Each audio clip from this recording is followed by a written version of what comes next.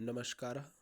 आज हम सप्तम अध्याय अव्यय इस विषय पर आज हम लोग चर्चा करेंगे और इस विषय को जानने का प्रयास करेंगे हम लोग कि अव्यय क्या होता है, इसका प्रयोग कैसे होता है, अव्यय कहते किसे हैं। तो आइए हम लोग इसी विषय पर आगे चर्चा करते हैं कि अव्यय कहते किसे हैं। जैसा कि आप लोगों को ऊपर की पंक्ति में दिखाई दे रहा होगा कि संस्कृत के वे शब्द देखिए लिखा है ना, संस्कृत के वे शब्द जो सर्वदा एक जैसे ही रहते हैं, जिनमें विभक्ति, वचन तथा लिंग के आधार पर, किसके आधार पर? विभक्ति, वचन तथा लिंग के आधार पर कोई परिवर्तन नहीं होता, उन्हें अव्यय कहते हैं। एक बार फिर से आप लोग ध्यान से इसको पढ़ें। लिखा है कि संस्कृत के वे शब्द जो सर्वदा एक जैसे ही रहते हैं, जिनमें विभक्ति, वचन तथा लिंग के आधार पर कोई भी परिवर्तन नहीं होता, उन्हें अव्यय कहते हैं। कहने का मतलब यह है जो किसी भी दशा में व्यय ना हो, खर्च ना हो, वो अव्यय होता है। व्यय माने आप लोग जानते होंगे, व्यय माने खर्च। बहुत लोग कहते हैं हमारा व्यय भार बढ़ गया है, मतलब हमारा खर्च का भार बढ़ गया है। ठीक, तो अव्यय पद वो पद होते हैं जो किसी भी स्थिति में खर्च नहीं होते हैं या किसी भी स्थिति में उनका रूप परिवर्तित नहीं होता है, उसे अव्यय कहते हैं। या एक तरीके से कहें, अव्यय पद वह पद है जो वाक्य में किसी भी स्थिति में अर्थात कहने का मतलब ना ही उस पर किसी संज्ञा की विभक्ति का, ना ही वचन का और ना ही लिंग का कोई भी प्रभाव नहीं पड़ता है। इन सभी का कोई भी प्रभाव नहीं पड़ता है। अव्यय पद ज्यों के त्यों संस्कृत में अनुवाद करते समय प्रयोग किए जाते हैं, वे पद अव्यय पद कहलाते हैं।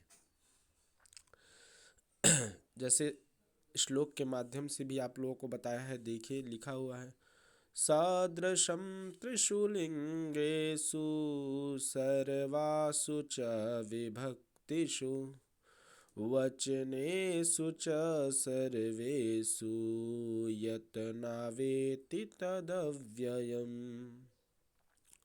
क्या कह रहे हैं? कह रहे हैं सदृशं त्रिषु लिंगेषु सर्वासु च विभक्तिषु वचनेषु च सर्वेषु यत् नावेति तद अव्ययम्।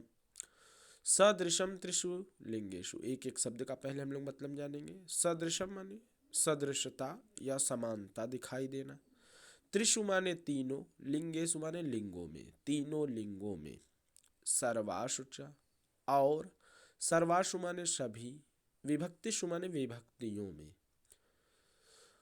वचनेषु च सर्वेषु, वचनेषु माने वचनों में, च माने और, सर्वेषु माने सभी में, सभी वचनों में, यत माने जो, न माने नहीं, वेति माने व्यय होता है, तद माने वह, अव्ययम माने अव्यय होता है या अव्यय कहलाता है।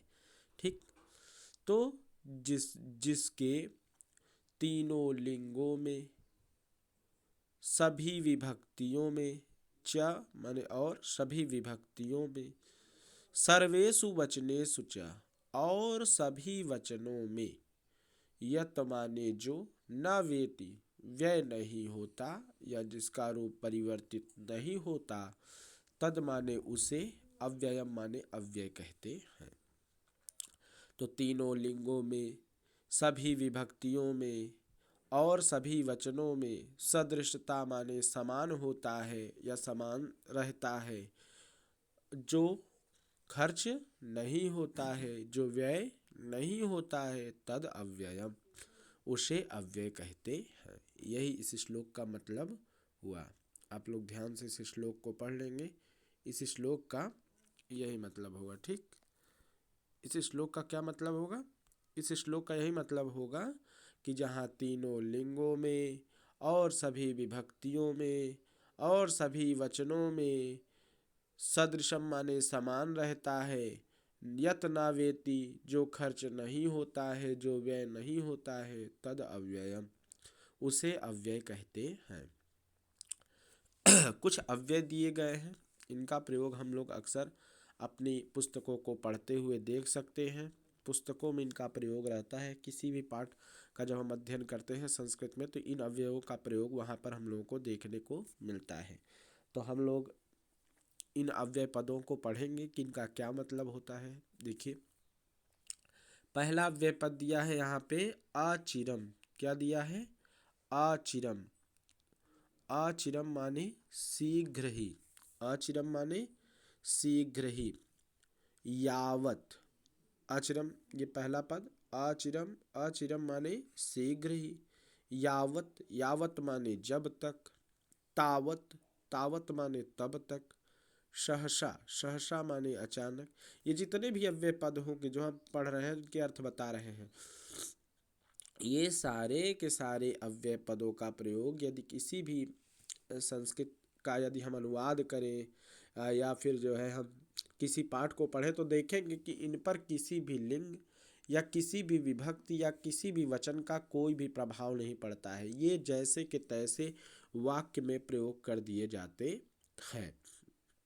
अभी हम कुछ उदाहरण स्वरूप आपको बताएंगे भी। पहले इन अव्यय पदों को हम पढ़ लेते हैं और इनके अर्थ को जान लेते हैं। जैसे अचिरम अव्यय पद है, इसका अर्थ होता है शीघ्र ही। अचिरम अव्यय पद का क्या अर्थ होता है? शीघ्र ही। यावत का जब तक। तावत पद का तब तक। सहसा माने अचानक। स्वह माने आने वाला कल यानी कि भविष्य वाला। है माने बीता हुआ कल यानी कि भूतकालिक। शनैः शनैः, शनैः शनैः माने धीरे धीरे। शनैः शनैः माने धीरे धीरे। संप्रति, सांप्रतम, अधुना, इदानीम, इन चारों पदों का एक ही अर्थ होता है इस समय। ठीक है, भाव के अनुसार इसका प्रयोग हम लोग करते हैं। कभी कभी आज भी कर लेते हैं, कभी कभी इस समय भी कर लेते हैं, आज भी इस समय भी। ठीक है, तो ये होता है। अत्र, अत्र माने यहाँ। अत्यंतम, अत्यंतम माने बहुत। अथ माने इसके पश्चात या आरंभ या इसके बाद। ठीक। अलम, यहाँ पर दिया है निषेधार्थक योगे तृतीया विभक्ति, पर्याप्त समर्थ योगे चतुर्थी विभक्ति। इसका क्या मतलब हुआ? अलम जो अव्यय पद होता है, जब इसका प्रयोग हम निषेधार्थक अर्थ में लेते हैं, निषेधार्थक माने मना करने के अर्थ में। जैसे हमने कहा कि विवाद मत करो, हमने क्या कहा कि विवाद मत करो, तो वहाँ पे हम इसका प्रयोग करेंगे विवादेन अलम। वहाँ पर इसका प्रयोग हम क्या करेंगे? तृतीया विभक्ति में हम इसका प्रयोग करेंगे विवादेन अलम, विवाद मत करो। और जब सामर्थ्य अर्थ में प्रयोग होगा, सामर्थ्य अर्थ में प्रयोग होगा, तो हम इसका करेंगे राम रावणाय अलम। राम रावणाय अलम, राम रावण के लिए पर्याप्त है या सामर्थ्यशील है। एक अर्थ हो गया मना करने के अर्थ में और एक अर्थ हो गया सामर्थ्य के अर्थ में। जैसे एक पद और हम ले लें कि जो है दुर्गा, माता दुर्गा राक्षसाय, राक्षस के लिए सामर्थ्यशील है या पर्याप्त है, तो अलम। दुर्गा राक्षसाय अलम, दुर्गा राक्षसों के लिए सामर्थ्यशील है या पर्याप्त है।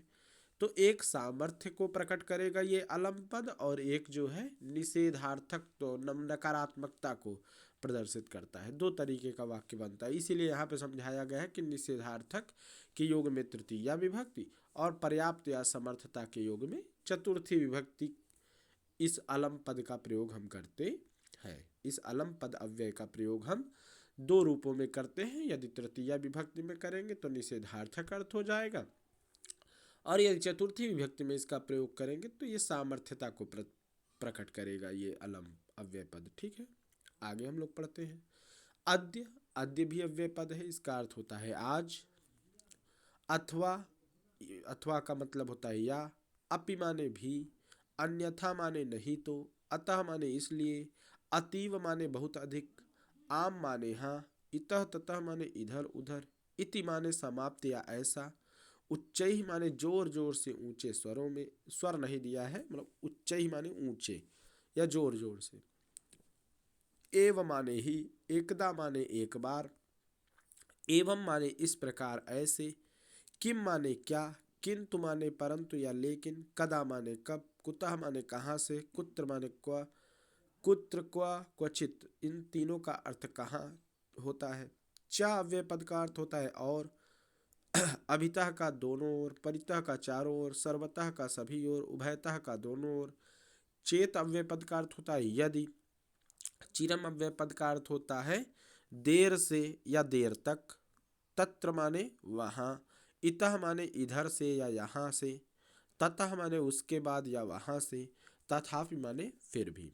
तो आज हम लोग इतने अव्यय पदों को, या जितने भी हम याद कर सके, हम कह रहे हैं इतना ही मान के चलते हैं जितना हम इस समय हमारी स्क्रीन पर दिखाई दे रहा है, केवल इतने। अचिरम, यावत्, तावत्, सहसा, स्वः, ह्यः, शनैः शनैः, सम्प्रति साम्प्रतम्, अधुना इदानीम्, अत्र, अत्यंतम, अथ, अलम, अद्य। इतने इतने ही अव्यय पदों को आज हम लोग अच्छे से याद कर लेंगे, क्योंकि इनका प्रयोग यदि हमारे अनुवाद करते समय आए तो इतना हमारा गलत ना हो। ठीक है, हालांकि जितना अव्यय पद हमने आज आप लोगों को पढ़ाया है, उनके अर्थ बताए हैं, हमको इतना पूरा लिख लेना है, लेकिन याद अगर हम धीरे धीरे भी करें, यदि इतना भी हो जाएगा तो ठीक है। आज के लिए इतना अगर याद कर लेते हैं तो बहुत ही अच्छा रहेगा। बाकी अव्यय पद हमने आपको समझा दिया कि अव्यय पद कहते किसे हैं, अव्यय पद होता क्या है। एक बार हम लोग इस संस्कृत श्लोक के माध्यम से हम फिर से अव्यय को जानने का प्रयास करेंगे। लिखा है, एक बार फिर से पढ़ते हैं। सदृशं त्रिषु लिंगेषु सर्वासु च विभक्तिषु वचनेषु च सर्वेषु यत् नावेति तदव्ययम्। सदृशं त्रिषु लिंगेषु सर्वासु च विभक्तिषु वचनेषु च सर्वेषु यत् नावेति तदव्ययम्। इसको हम लोग कंठस्थ कर लेंगे। ठीक है, इसका मतलब हमने आपको समझा दिया। जो तीनों लिंगों में, सभी विभक्तियों में और सभी वचनों में सदृशम माने समान हो या समान रहे, यत न वेति और व्यय ना हो, और उसका व्यय ना हो, तद अव्ययम वही अव्यय है या उसे ही अव्यय कहते हैं, जिसका रूप इन सभी के प्रभाव से कभी भी बदलता नहीं है। उसका रूप ज्यों का त्यों वाक्यों में प्रयोग किया जाता है, वो अव्यय पद कहलाते हैं। आज की क्लास में इतना ही। शुभम मंगलम।